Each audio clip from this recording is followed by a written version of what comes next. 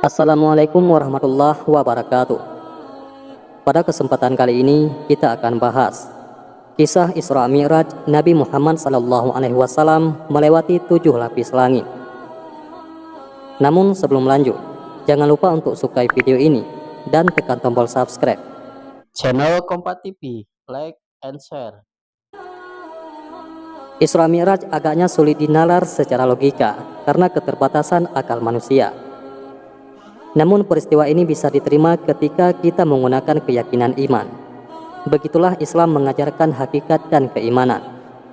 Setiap tahun umat Islam akan selalu memperingati momen agung Isra Mi'raj. Apa yang dialami Nabi Muhammad SAW saat Isra Mi'raj diabadikan oleh Allah Subhanahu wa Ta'ala dalam Al-Quran dan hadis Nabi.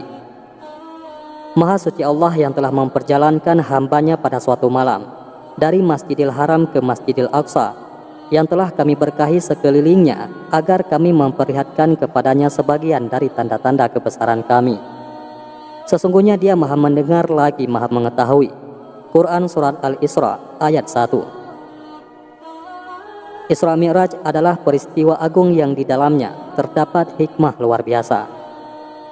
Isra adalah artinya perjalanan Nabi Muhammad SAW dari Masjidil Haram Makkah ke Masjidil Aqsa Palestina. Ketika beliau melakukan Isra ke Baitul Maqdis, Masjidil Aqsa, di sana beliau memimpin salat bersama para nabi dan rasul. Allah menjadikan tempat salat nabi itu bisa menampung 124.000 nabi. Masya Allah, tabarakallah. Sedangkan Mi'raj adalah perjalanan Rasulullah SAW dari Baitul Maqdis menuju Sidratul Muntaha hingga bertemu dengan Allah Azza wa Jalla. Disinilah Rasulullah SAW menerima perintah salat 50 waktu dalam sehari. Namun akhirnya Allah Subhanahu wa Ta'ala yang Maha Pengasih memberi keringanan salat 5 waktu dalam sehari. Subhanallah. Dalam perjalanan Mi'raj itu, Rasulullah SAW diperlihatkan banyak tanda-tanda kebesaran Allah. Salah satunya bertemu para nabi pilihan Allah. Di langit pertama, Rasulullah SAW bertemu dengan Nabi Adam alaihissalam. Di langit kedua, Rasulullah SAW bertemu dengan Nabi Isa alaihissalam. Di langit ketiga, Rasulullah SAW bertemu dengan Nabi Yusuf alaihissalam. Di langit keempat, Rasulullah SAW bertemu dengan Nabi Idris alaihissalam.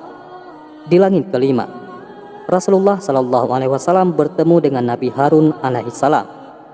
Di langit keenam, Rasulullah SAW bertemu dengan Nabi Musa alaihissalam.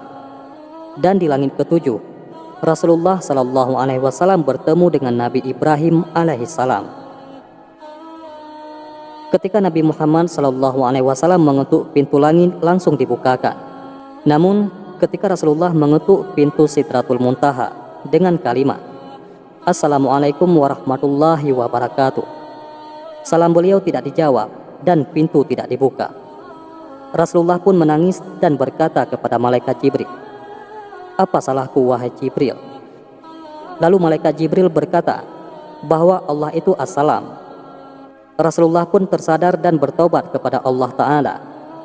Lalu Rasulullah bertanya, "Bagaimana aku memberikan salam?" Kemudian Allah mengajarkan beliau dengan ucapan yang sangat indah. At-tahiyyatul mubarakatus salawatut tayyibatulillah. Segala kehormatan dan keberkahan, kebahagiaan dan kebaikan itu kepunyaan Allah. Itulah kalimat Rasulullah mengetuk pintu Arasy. Barulah kemudian Allah Azza wa Jalla menjawab, Assalamualaikum ayyuhan nabiyyu wa rahmatullah wa barakatuh. Keselamatan atas Nabi Muhammad juga rahmat dan berkahnya. Kemudian Rasulullah SAW menjawabnya, Assalamualaikum wa ala ibadillahi shalihin. Keselamatan dicurahkan kepada kami dan atas seluruh hamba Allah yang soleh. Rasulullah mengatakan, meskipun aku sendirian menghadapmu, para nabi dan malaikat mengantarku, akankah mereka mendapatkan apa yang aku dapatkan? Keselamatan dicurahkan kepada kami dan atas seluruh hamba Allah yang saleh. Apakah umatku yang tertinggal di dunia juga mendapatkan salam itu? Masya Allah, sudah sampai kepada Allah. Nabi SAW masih kepikiran umatnya. Begitulah besarnya cinta Rasulullah Shallallahu Alaihi Wasallam kepada umatnya. Namun tidak semua mendapat berkah ucapan itu, kecuali hanya umat Nabi yang menjadi hamba soleh yang dicurahkan keselamatan. Untuk menjadi hamba Allah yang soleh, syaratnya harus salat. Tidak ada orang yang membaca tahiyat kecuali salat. Maka perbaikilah salat dan sempurnakanlah ia agar menjadi hamba yang soleh. Setelah pulang dari peristiwa Isra Mi'raj, Rasulullah Shallallahu Alaihi Wasallam duduk di dekat Ka'bah. Ketika itu hanya sahabat setia Abu Bakar radhiyallahu an yang percaya dengan peristiwa yang dialami Nabi Shallallahu Alaihi Wasallam itu. Apapun yang dikatakan Rasulullah, beliau percaya, sehingga Abu Bakar digelari As-Siddiq. Ketika itu tidak hanya kaum kafir Makkah, kaum muslimin pun bertanya-tanya soal Isra Mi'rajnya Nabi Shallallahu Alaihi Wasallam. Sahabat bertanya, kapan ke sana lagi? Rasulullah Shallallahu Alaihi Wasallam mengatakan, sebenarnya Mi'raj kalian lebih mudah. Sucikan dirimu, berwudulah dan berdiri di atas sajadahmu, lalu salat. Dari saat engkau berdiri hingga salam, berarti engkau sudah melakukan Mi'raj. Salat itu bertemu Allah Ta'ala. Apa yang dikerjakannya merasa dilihat Allah Ta'ala, itu sudah Mi'raj. Sembahlah Tuhanmu seolah-olah engkau melihatnya, dan yakinlah Allah Ta'ala melihatmu. Dan mohonlah pertolongan dengan sabar dan salat. Dan sesungguhnya hal itu sungguh berat, kecuali bagi orang-orang yang khusyuk, merendahkan diri. Quran Surat Al-Baqarah ayat 46. Salat itu memang berat kecuali bagi orang yang khusyuk, yaitu yang dalam salatnya ia merasa ketemu Rabb-nya.